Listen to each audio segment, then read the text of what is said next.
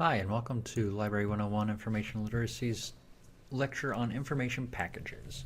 So in order to understand best ways to find information, it is good to know the characteristics of the packages that are used to disseminate information, and that's what this lecture is all about. But first, let's put this a little bit into context. I need to get some context about the nature of information from the What is Information video, and that was very helpful. But we can also take a look at the difference between information versus data, just to give you further illustration.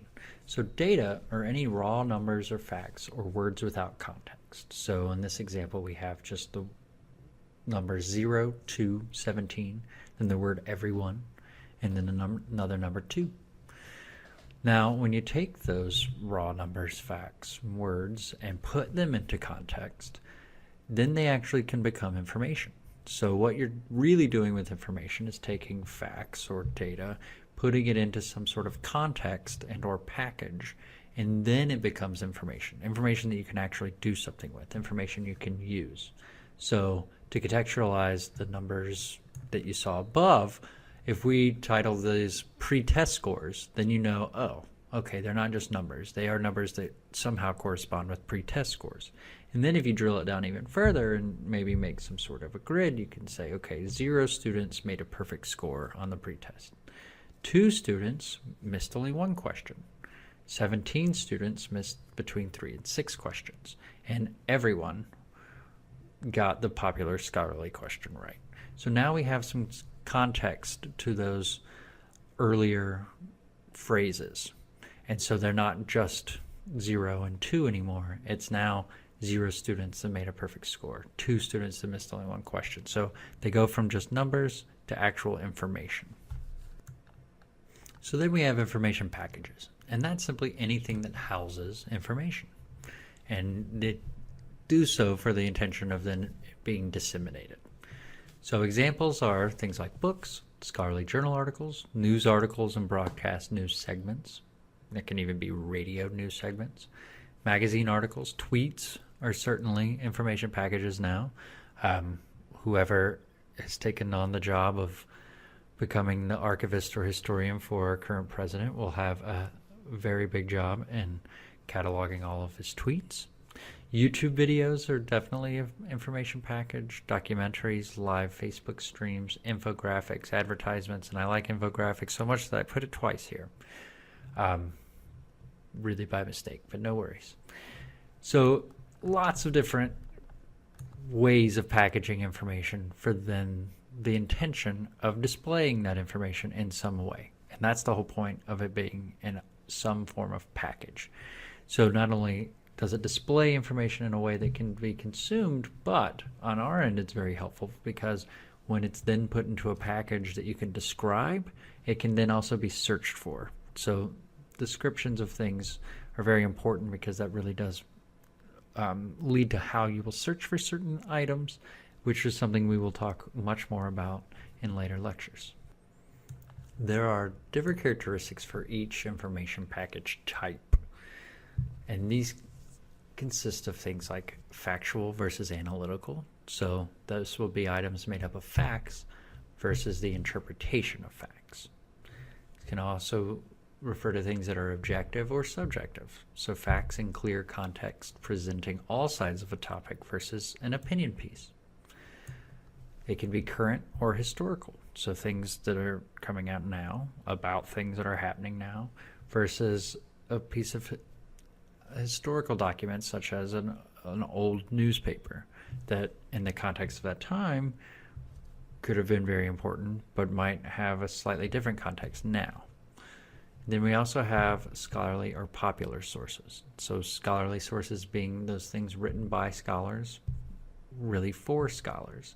And then anything that would be popular would be by authors with some knowledge of a certain field, usually journalists, and they're writing for anyone that can read, typically. And then there's primary and secondary information. So primary would be information in its original form versus a restatement, examination, interpretation, or somehow removed from the original source. So some good examples of a factual piece of information might be a dictionary entry, a directory entry, an encyclopedia entry, and certainly a news report, those brief news reports. On the other side, analytical pieces might include feature magazine articles that go beyond just this is what happened, but might start answering this is why such a thing happened, or this is the impact of this thing that's happening. A feature or opinion news article, so again, a feature article that might go beyond just the who, what, when, why, and where, or an opinion news article that's going to comment on something that's happening. Typically these are going to be editorials, commentaries, things that you are very familiar with at this point in your life, I'm sure. Scholarly journal article can also be an analytical piece of information, and then certainly a book or a book chapter as well. Examples of objective information packages might be things like news reports, briefs, scholarly research articles that are written and submitted under peer review, which is designed to ensure reliability and credibility of the sources that are used, and of course of the methodologies that are used to gather data. And then of course textbooks and academic monographs are also usually meant to be researched and displayed in as objective a way as possible. Some subjective examples can include opinion pieces, so op-ed pieces, partisan news talk shows, think Bill O'Reilly, Chris Matthews, Rachel Maddow, not necessarily just the straight news like PBS NewsHour, but rather those later on in the evening cable news shows that go beyond just reporting what's happening, but rather talking about what has happened. Those can often be subjective. Slews of online outlet articles, BuzzFeed, Breitbart, The Root, lots of stuff are just very, very inherently biased and make it hard to really believe them as objective news sources. And rather, we have to see them as subjective news sources because their goals and the way that their articles are written are very obviously slighted to one side over the other. And then sometimes scholarly book reviews, so not scholarly articles, but scholarly article reviews would be subjective, as well as book reviews. Examples of current information types might be news, magazines, scholarly journal articles that are recently published, books that have been recently published. But really, this refers to context, so what is happening now? And historical items might include old newspapers, old magazines, or other publication. Historical documents, laws are great historical documents. And again, this is really referring to context. So for information of the historical nature, you're really looking for what was happening then and why is it significant now. Scholarly source packages include things like peer-reviewed scholarly journals. And those are interchangeable phrases, the peer-reviewed and the scholarly. So that can be things like Social Forces, the Journal of Mass Communications, Nature, Journal of the American Medical Association, things that go under pretty stringent peer review processes. Also academic monographs, nonfiction, such as The New Jim Crow, Mass Incarceration in the Age of Colorblindness, and The Bully Pulpit by Doris Kearns Goodwin, are both really good examples of research scholarly nonfiction. Some popular sources would include things like newspaper articles, magazine articles, and the main difference between these are the authorship and the intended audience. So I mentioned before, scholarly pieces are really meant more for other scholars within that field, whereas with popular items like newspapers and magazines, the publishers of those want as many people as possible to read them. So they are written in a less jargony way, and if they do use jargon, they explain it. They make no assumptions about what the reader knows, whereas the scholar makes all assumptions about what the reader knows, and that the reader should know pretty much everything they know if they're in a very particular field. Understanding the differences between primary and secondary information packages can be a bit challenging. So I'll give you some examples. So for primary, we're looking at things like personal correspondence, letters, personal interviews, diaries. scientific research studies. Now, this is where it gets interesting, because in the humanities, it usually is things like personal correspondence, old newspapers, autobiographies, speeches, original works of art and literature. But with scientific research studies, the thing that makes them primary research is that it is original research and original experimentation. That's what makes it a primary source. So an article that's reviewing someone's experiment and maybe even replicating it to make sure that it works, and if they publish that, that's actually a secondary source, whereas the original research study is a primary source. If that ever gets confusing, please let me know. Whereas on the other side, secondary sources are those things that take other source material and make something else. So things like encyclopedia entries and articles, textbooks, a nonfiction book that's heavily sourced and looks more at maybe something like a societal issue or a historical problem, something like that. Biographies, review articles, scholarly journal articles, except in the sciences, are also typically secondary source types. Well, why do we differentiate resources? Why do we give them characteristics? And why am I having you learn them? You might say a source is a source, right? Not really. Different needs garner different material needs. Same with different contexts. So a freshman needing some kind of information is probably going to be a lot different than a grad student's need for information.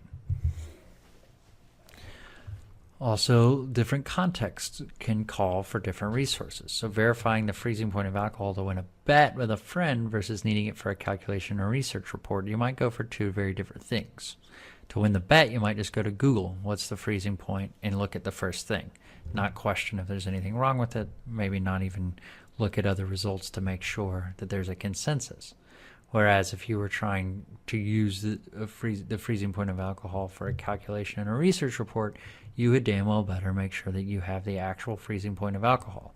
And so you might seek out an article where part of the methodology was to freeze alcohol, or at least to really make sure that they had an accurate temperature of the freezing point of alcohol.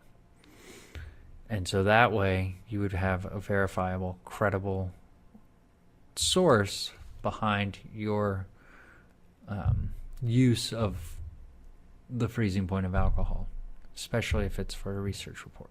You would want to do that. Another reason we differentiate between information packages is that information is constructed and contextual. So every info package that you'll ever find is created by someone. We're not at the point where AI is making news yet. We're not at the point where robots are reporting things. So every information package is created by someone, and every information package is created for a specific purpose. So learning who publishes something will help you figure out what their purpose is for doing so. And understanding those purposes for even disseminating any kind of information will help with the successful use of that given information. And we'll talk a whole lot more about things like the provenance of information, like why do scientists even decide to study what it is that they study. So those are all questions that you might want to consider before you start the research process yourself. Just to give you an idea of some of the best ways to look for information is thinking about the characteristics of these different source types and then knowing where you can go from there. So if you need quick factual information, things like subject dictionaries, handbooks, manuals, directories, chronologies, and pretty much any other sort of reference material would be appropriate for quick factual information. Basic background information might be best in general encyclopedias, subject encyclopedias, textbooks, and even scholarly websites. Additionally, for things like scholarly information, you can check in scholarly books, scholarly journals, and dissertations and theses. For current events and topic overviews, magazines, newspapers, and popular nonfiction books are excellent places to look. So now that you have an idea of the characteristics of different information packages that are out there, here are some things to ponder. And these are the questions that you can choose to reply to on the discussion boards. But for this lecture, the things to ponder are this. What are some ways to discover these types of information packages? So how might you find a magazine article? How might you find an old newspaper article? How might you find a scholarly journal article for that matter? You can choose anything of all of the above or anything else that you think is appropriate or that you want to talk about. Also, I want you to think about how do you discover or search for pieces of information.